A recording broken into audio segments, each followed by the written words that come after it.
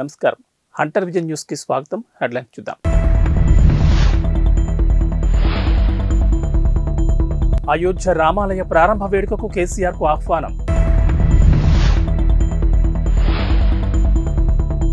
తెలంగాణలో నేటి నుంచి పలు రైళ్లకు అదనపు హాల్ట్లు. తెలంగాణ ప్రభుత్వం ఈ నెల 22న సెలవు ప్రకటించాలి. ఎన్వీఎస్ఎస్ ప్రభాకర్. ఈ నెల 22న కోట్లాది మంది హిందువుల దశాబ్దాల కాలం నెరవేరబోతోంది. అయోధ్య రామ మందిరంలో రాముడి విగ్రహ ప్రాణప్రతిష్ఠ కార్యక్రమం జరగబోతోంది. ఈ కార్యక్రమానికి ఇప్పటికీ ఎంతో మంది ప్రముఖులకు ఆహ్వానాలు అందాయి. తాజాగా తెలంగాణ మాజీ ముఖ్యమంత్రి కేసీఆర్ కు అయోధ్య కార్యక్రమానికి ఆహ్వానం అందింది. అయోధ్య వేడుకకు హాజరు కావాలని శ్రీరామ జన్మభూమి తీర్థక్షేత్ర ట్రస్ట్ కేసీఆర్ను ఆహ్వానించింది. అయితే ఇటీవల కేసీఆర్ కు తుంటి ఎముక ఆపరేషన్ జరిగింది. ఇప్పుడిప్పుడే ఆయన చేతికర్రతో నడవడం ప్రాక్టీస్ చేస్తున్నారు. ఈ నేపథ్యంలో ఆయన అయోధ్యకు వెళ్లడం దాదాపు అసంభవమని చెప్పాలి. మరోవైపు చంద్రబాబు, పవన్ కళ్యాణ్లకు కూడా ఇప్పటికే ఆహ్వానాలు అందాయి. ఇప్పటికే దేశం మొత్తం శ్రీరామ నామస్మరణతో మునిగి తేలుతోంది. ఈ కార్యక్రమాన్ని టీవీ లైవ్ ద్వారా లేదా ప్రత్యక్షంగా వీక్షించేందుకు ఇప్పటికే పలు రాష్ట్రాలు 22న సెలవు ప్రకటించాయి. శిల్పి యోగిరాజ్ చెక్కిన బాలరాముడి విగ్రహాన్ని అయోధ్యలో ప్రతిష్ఠించనున్నారు. ఇప్పటికే విగ్రహం ఆలయంలోని గర్భగుడిలో కొలువుదీరింది. విగ్రహ ప్రాణప్రతిష్ఠకు అవసరమైన క్రతువులు కొనసాగుతున్నాయి. రైల్వే శాఖ కీలక అప్డేట్ ఇచ్చింది. శనివారం నుంచి ప్రయోగాత్మకంగా 6 నెలల పాటు తెలంగాణలో పలు రైళ్లకు అదనపు హాల్ట్లు ఇస్తున్నట్లు తెలిపింది. ఈ నిర్ణయం 20వ తేదీ నుంచి ఆచరణలోకి వస్తుందని హైదరాబాద్, సికింద్రాబాద్ రైల్వే స్టేషన్ నుంచి బయలుదేరి రాష్ట్రం మీదుగా రాకపోకలు సాగించే రైళ్లకు ఈ హాల్ట్లుంటాయని స్పష్టం చేసింది. నారాయణాద్రి, విశాఖ ఎక్స్ప్రెస్, చెన్నై సెంట్రల్, హైదరాబాద్ ఎక్స్ప్రెస్లు మిర్యాలగూడలో ఆగనున్నాయని రైల్వే శాఖ తెలిపింది. ఇక నర్సాపూర్, విశాఖ, చెన్నై సెంట్రల్, హైదరాబాద్ ఎక్స్ప్రెస్లు నల్గొండలో, నాగర్సోల్, నర్సాపూర్ ఎక్స్ప్రెస్ మిర్యాలగూడలో ఆగుతాయి. దక్షిణ ఎక్స్ప్రెస్ జమ్మికుంట స్టేషన్లో, హజరత్ నిజాముద్దీన్, గరీబ్రథ్ ఎక్స్ప్రెస్ వరంగల్, పెద్దపల్లి స్టేషన్లలో అదనంగా ఆగనున్నాయని వివరించింది. మరోవైపు నర్సాపూర్, నాగర్సోల్ ఎక్స్ప్రెస్ నల్గొండలో ఆగుతుందని తెలిపింది. హైదరాబాద్, వాస్కోడిగామా ఎక్స్ప్రెస్ గద్వాలలో, అంబేద్కర్ నగర్, యశ్వంత్పూర్, నాగర్సోల్, చెన్నై సెంట్రల్, గోరఖ్పూర్, యశ్వంత్పూర్ ఎక్స్ప్రెస్ మహబూబ్ నగర్లో అదనంగా ఆగుతాయని పేర్కొంది. యశ్వంత్పూర్, కాచిగూడ ఎక్స్ప్రెస్ షాద్నగర్, జడ్చర్ల స్టేషన్లలో, సికింద్రాబాద్, రాయ్పూర్, హిస్సార్, హైదరాబాద్ రాక్సెల్ ఎక్స్ప్రెస్ రైళ్లు పెద్దపల్లిలో, సికింద్రాబాద్, బీదర్ ఇంటర్సిటీ ఎక్స్ప్రెస్ మరపల్లి స్టేషన్లో ఆగనున్నాయని వివరించింది. అయోధ్య రామమందిరం ప్రాణ ప్రతిష్టాపన నేపథ్యంలో తెలంగాణ ప్రభుత్వం ప్రజల మనోభావాలకు అనుగుణంగా నడుచుకోవాలని బీజేపీ నేత ఎన్వీఎస్ఎస్ ప్రభాకర్ స్పష్టం చేశారు.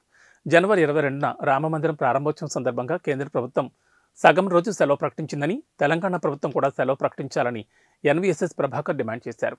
అంతేకాకుండా తెలంగాణ తరపున అయోధ్యకు కానుకలు సిద్ధం చేయాలని రాష్ట్ర ప్రభుత్వాన్ని కోరారు.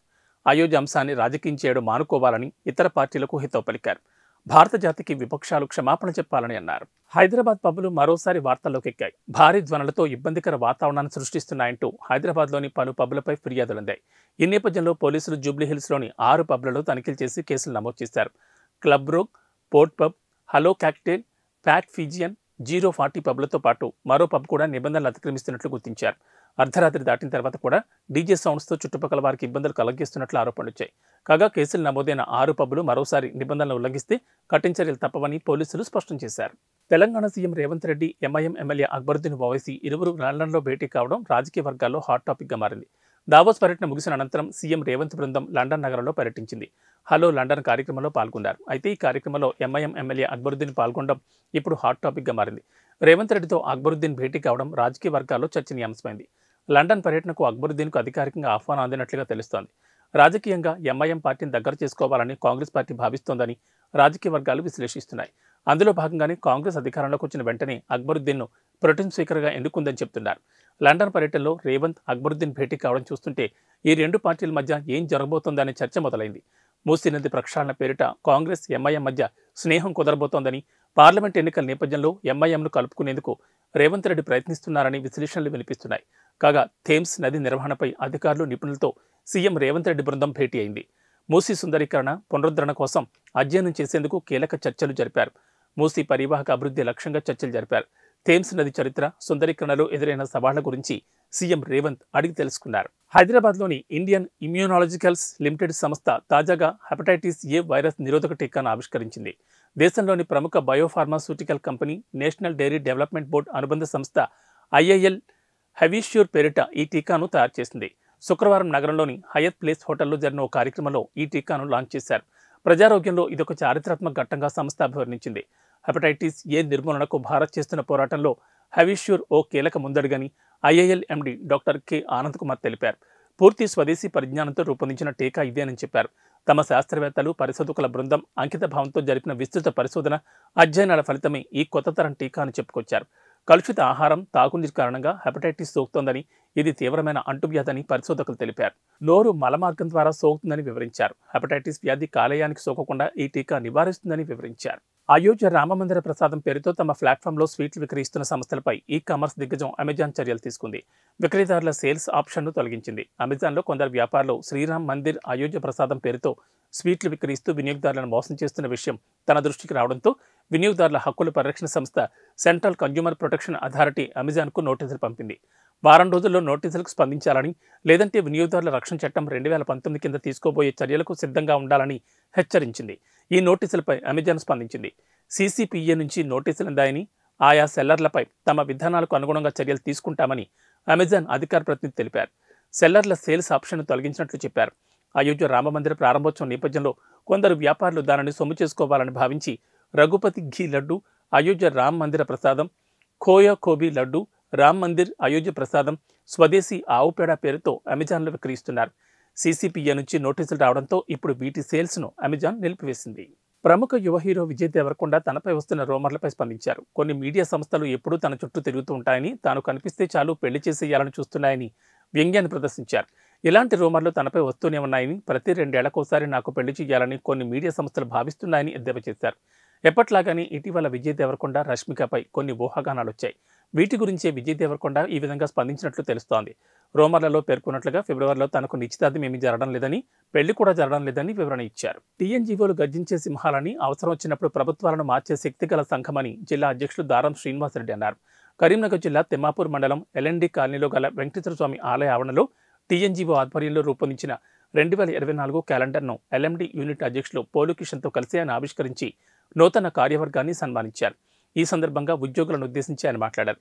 గత ప్రభుత్వ హయాంలో జీతాలు, బిల్లులు, రీయింబర్స్మెంట్ రాక సిబిల్ దెబ్బతిని ఉద్యోగులు గోసపడి కన్నీళ్లు పెట్టుకున్నారని, ఎలా బొందపెట్టాలో తెలిసి అది మొన్న చూపించడం జరిగిందన్నారు. ఈ కాంగ్రెస్ ప్రభుత్వ హయాంలో ఉద్యోగ సమస్యలు పరిష్కారం అవుతాయని, OPS పెన్షన్ విధానం అమల్లోకి వస్తుందనే ఆశాభావాన్ని వ్యక్తం చేశారు. సంఘం పిలుపునిస్తే ఉద్యోగులందరూ ఐక్యంగా ఉండి తరలివచ్చి తమ సమస్యలను పరిష్కరించుకోవాలని పిలుపునిచ్చారు. ఉద్యోగులుగా తాము కష్టపడి పనిచేస్తామని, తమను కన్నీళ్లు పెట్టనివ్వద్దని ప్రభుత్వాన్ని కోరారు. తాము ప్రజలకు, ప్రభుత్వానికి వారధిలా ఉండి సంక్షేమ, అభివృద్ధి విషయంలో ముందుంటామని తెలిపారు. 74 ఏళ్ల చరిత్ర కలిగిన TNGO సంఘం రాజకీయ ప్రయోజనాలకు కాకుండా ఉద్యోగుల కోసం పనిచేస్తుందని అన్నారు. సంఘ నాయకులు బాధ్యతగా ఉండాలని సూచించారు. ఈ కార్యక్రమంలో TNGO జిల్లా కార్యదర్శి సంగెం లక్ష్మణరావు, LMD కార్యదర్శి అంబట్ నాగరాజు, పొప్పాల అశోక్ రెడ్డి, వంటెల రవీందర్ రెడ్డి, రాగేష్ శ్రీనివాస్, ప్రసాద్ రెడ్డి, వంటెల వెంకటరెడ్డి, రాజేష్, హర్మీందర్ సింగ్, సుమన్, రాఘవరెడ్డి, పవన్, అస్గర్, రామస్వామి, NTPAలు వెంకటేశ్వరరావు, లక్ష్మణ్, 4th క్లాస్ అధ్యక్షుడు రాజయ్య, ఉద్యోగులు తదితరులు పాల్గొన్నారు.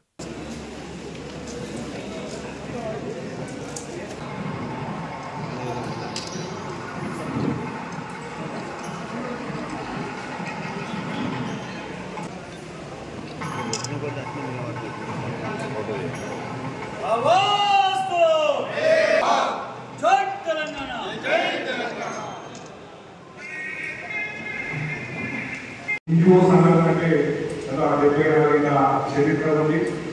ఈ చరిత్రలో కూడా దాదాపు ఏ ఎన్నిక జరిగినా, నేను దాదాపు 17 సంవత్సరాల నుండి ఈ తెలంగాణ NGO సంఘంలో పనిచేస్తున్నా.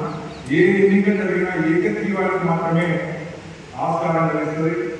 ఇక్కడ తాలూకా స్థాయి నుంచి మొదలు పెడితే రాష్ట్ర స్థాయి వరకు కూడా మనకు గదే పెట్టి హెల్త్ కార్డులు పనిచేయలే, వెల్నెస్ సెంటర్లు ఇల్నెస్ సెంటర్లుగా మారిపోయినాయి. ఎక్కడ ఒక కుటుంబం లోపల తల్లి, ఓల్డ్ ఏజ్ తల్లి ఉంటుంది, మనం ఉంటాం. దాదాపు 30,000 రూపీస్ మెడికల్ రియంబర్స్మెంట్కు మనం పెట్టుకునే సందర్భం కూడా లేదు. కొన్ని బిల్లులకు రెగ్యులర్గా వాడే సందర్భంలో నేనే వ్యక్తిగతంగా నా ఇంటికే 30,000 మెడికల్ ఎక్స్పెన్సెస్ ఖర్చు అవుతాయి. ఇక మిగతా రిమైనింగ్ ఎన్ని ఉన్నాయి? మన కుటుంబ అవసరాలు, నిత్యావసర సరుకులు, పెట్రోలు, ఫోను. ఇవాళ రేపు ఫోను ఇంట్లో 5 ఉంటే 5 ఫోను, అది లేకపోతే నడవదు. ఆన్లైన్ క్లాసెస్, ఈ క్లాసెస్ ఏ క్లాసులు నడవాలన్నా ఇవి మనకు ఉద్యోగులకు కూడా ఎక్స్పెన్సెస్ బాగా అయిపోయినాయి. ఇవన్నీ దృష్టిలో పెట్టుకొని ప్రభుత్వము ఈ విషయాన్ని, మన రాష్ట్ర నాయకుడు, మన కరీంనగర్ జిల్లా ముందు బిడ్డ, మీ తాలూకా బిడ్డ. కాబట్టి ఈ విషయాన్ని ఇవన్నీ ఎందుకు చెప్తున్నానంటే గత ప్రభుత్వంలో మనం మీరు అనుభవించిన బాధలు, ఈ ప్రభుత్వంలో మనకు మంచి ప్రయోజనాలు వస్తాయి, మనం సుఖంగా ఉంటాం అనే ఆలోచన మనకు వచ్చింది. ప్రభుత్వం మారింది, మనం కూడా మారుతాం. ప్రభుత్వం ఏ సంక్షేమం పెట్టినా నేను సమర్థవంతంగా అమలు చేస్తాం కూడా అని చెబుతూ ఈ ప్రభుత్వానికి కూడా మన అందరి ద్వారా విజ్ఞప్తి చేస్తున్నాం. ఇలాంటి కష్టాలను, ఇలాంటి కన్నీళ్లను ప్రభుత్వ ఉద్యోగులు గోవులు లాంటి వారు కష్టపడి పనిచేస్తాం. ఏ సంక్షేమం ఇచ్చినా ప్రభుత్వ ప్రజల శ్రేయస్సు కోసం పనిచేసే వాళ్ళము. మమ్మల్ని కన్నీరు పెట్టియకుండా ఈ ప్రభుత్వం చూస్తుందని ఆశిస్తున్నాం. ఈ మెసేజ్ని కూడా మా జిల్లా తరఫున, తాలూకా తరఫున, మీ అందరి తరఫున మన రాష్ట్ర అధ్యక్షుల దృష్టికి తీసుకుపోతాం. ఈ సమస్యలను సాధించే దిశగా కృషి చేస్తామని తెలియజేస్తూ మహారాష్ట్రలోని షోలాపూర్లో పీఎం ఆవాస్ యోజన కింద పేద ప్రజలకు ప్రధాని మోడీ ఈరోజు ఇళ్లను అందజేశారు.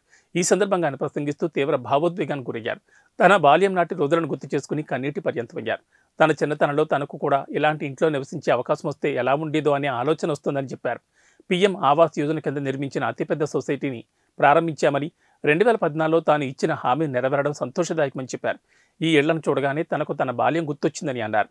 ఈ నెల 22న అయోధ్య రామమందిరం ప్రారంభోత్సవం సందర్భంగా ప్రతి ఒక్కరూ తమ ఇళ్లలో రామజ్యోతి వెలిగించాలని మోడీ పిలుపునిచ్చారు. మన విలువలు, కట్టుబాట్లను గౌరవించాలని శ్రీరాముడు బోధించాడని, ఆయన నిజాయితీని తమ ప్రభుత్వం ఆదర్శంగా తీసుకుందని చెప్పారు. రాముడి బాటలో నడుస్తూ పేదల సంక్షేమం, వారి సాధికారత కోసం పనిచేస్తున్నామని అన్నారు. చిట్ట చివరి వ్యక్తికి కూడా అభివృద్ధి ఫలాలు అందాలనేది తమ కోరికని చెప్పారు. ఇవి బులెటిన్ విశేషాలు. నమస్కారం.